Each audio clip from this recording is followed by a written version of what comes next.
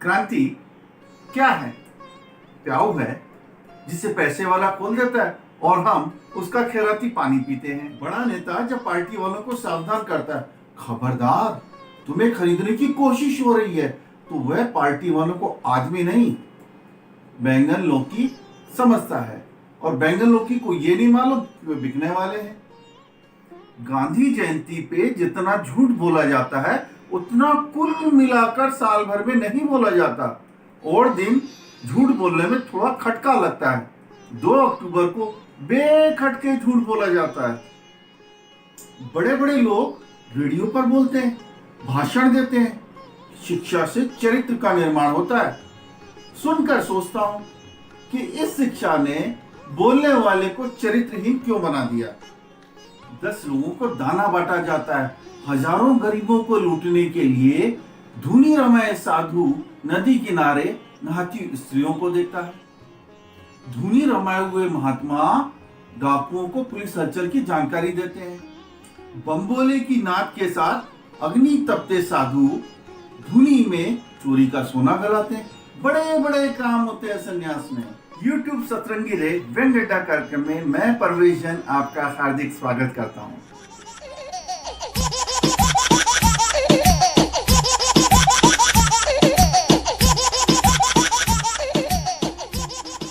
हमारे यहाँ कोई भी काम पंडित से बिना पूछे नहीं होता। देश की कुंडली को पंडित जी को दिखलाया गया। उन्होंने हमसे बोला, जजमान खिचड़ी की कुंडली देश की कुंडली से हूबहू मिलती है।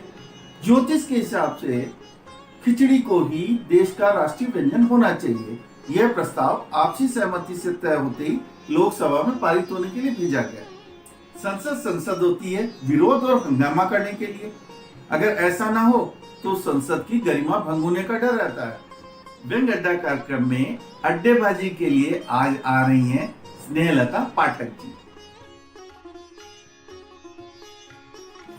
हमारे चारों ओर विसंगतियां, विकृतियां, विरोधाभास और विद्रूपताएं व्याप्त है। उन्हें रेखांकित कर उजागर किया जाता है और मानवीय मूल्यों को स्थापित किया जाता है। यह कार्य व्यंग बखूबी से करता है। डॉक्टर स्नेहलता पाठक की विगत 40 वर्षों से आकाशवाणी एवं दूरदर्शन पर कहानियां, व्यंग, नाटक और वार्ताओं का सतत प्रसारण होता रहा है। आपके व्यंग विगत 40 वर्षों से क्षेत्रीय एवं राष्ट्रीय स्तर की पत्र पत्रिकाओं में प्रकाशित होते रहे हैं। आप विगत 20 वर्षों से व्यंजना साहित्यिक संस्था का संचालन कर रही हैं। आपको विषय विशेषज्ञ के रूप में अनेक विश्वविद्यालयों में आमंत्रित किया गया है। आपने अनेक छात्रों को पीएचडी की उपाधि हेतु शोध निर्देशन किया है। आपके साहित्य पर 2 पीएचडी संपन्न हुई है। आपकी प्रकाशित कृतियों की बात की जाए तो आपको आधुनिक हिंदी काव्य का उद्भव एवं विकास कृति प्रकाशित हुई है। आपने व्यंग शिल्पी लतीफ गोगी कृति का संपादन किया है। आपकी प्रकाशित व्यंग कृतियों की बात की जाए तो आपकी प्रकाशित व्यंग कृतियां हैं द्रौपदी का सफरनामा, प्रजातंत्र के घाट पर, बाकी सब ठीक है, बेला फूले आधी रात, लोनम शरणम गच्छामि, व्यंग्यकार का वसीयतनामा, सच बोले कौवा काटे, एक दीवार 100 अफसाने।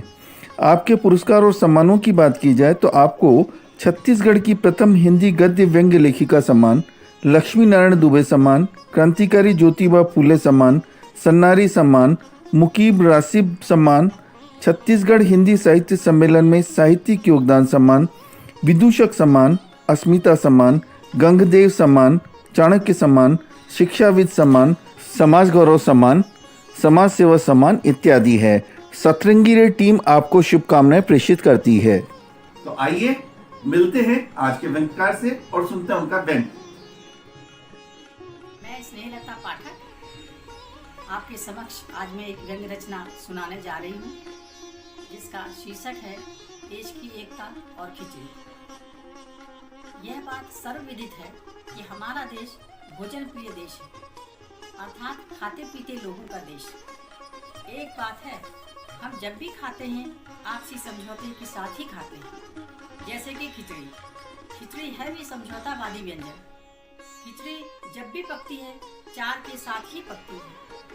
खिचड़ी कभी अकेली नहीं पकती, यही सोचकर देश का राष्ट्रीय व्यंजन घोषित करने के लिए पूरे देश में अनेक व्यंजनों के नाम आमंत्रित किए गए। सबसे ज़्यादा लाइक खिचड़ी को ही मिली। अतः सरकार ने खिचड़ी को देश का राष्ट्रीय व्यंजन घोषित करने पर विचार विमर्श किया। यह सब जानते हैं कि हमारे यहाँ कोई भी काम पंडित से बिना पूछे नहीं होता। पंडित जी को देश की कुंडली दिखाई गई। वे बोले, जजमान, खिचड़ी की कुंडली देश की कुंडली से हूबहू मिलती है। अतः ज्योतिष के हिसाब से खिचड़ी को ही देश का राष्ट्रीय व्यंजन होना चाहिए। यह प्रस्ताव आपसी सहमति से तय होते ही लोकसभा में पारित होने के लिए भेजा गया। सदन की कार्रवाई शुरू होते ही राष्ट्रीय व्यंजन के रूप में खिचड़ी को प्रस्तावित किया गया। संसद होती है विरोध और हंगामा करने के लिए। अगर ऐसा न हो तो संसद की गरिमा भंग होने का डर होता है। सो खिचड़ी का प्रस्ताव आते ही कुछ सांसद विरोध पर उतर आए। बोले, अगर राष्ट्रीय व्यंजन घोषित करना ही है तो ठोस और मसालेदार होना चाहिए। खिचड़ी जैसा हल्का और गरीब नहीं, इससे देश की छवि धूमिल हो सकती है। अतः हम इस प्रस्ताव का विरोध करते हैं। इतना सुनते ही संसद में हंगामा शुरू हो गया। पक्ष और विपक्ष आपस में एक दूसरे का विरोध जताने के लिए टेबल, कुर्सी, जूते, चप्पल, फाइल, जिसको जो मिला एक दूसरे पर उछालने लगे। पूरा संसद सामान सहित एक दूसरे में गड्ढमड्ढ हो गया। दाहिने तरफ का सामान बाएं तरफ और बाएं तरफ का सामान दाहिने तरफ चला गया। ऐसा लग रहा था मानो पूरी संसद ही खिचड़ी पकाने का हंडा बन गई है, जिसमें सभी सांसद अपने अपने प्रांत की खिचड़ी पकाने का दावा करने लगे। किसी ने अपने प्रांत की मीठी खिचड़ी का प्रस्ताव रखा तो किसी ने तीखी वाली खिचड़ी का प्रस्ताव रखा। इस प्रकार तमाम आपत्तियों अनापत्तियों के बाद बड़ी उदारता से आम खिचड़ी को देश का राष्ट्रीय व्यंजन मान लिया गया। वैसे भी हमारा देश उदारता के मामले में खिचड़ी जैसा ही है।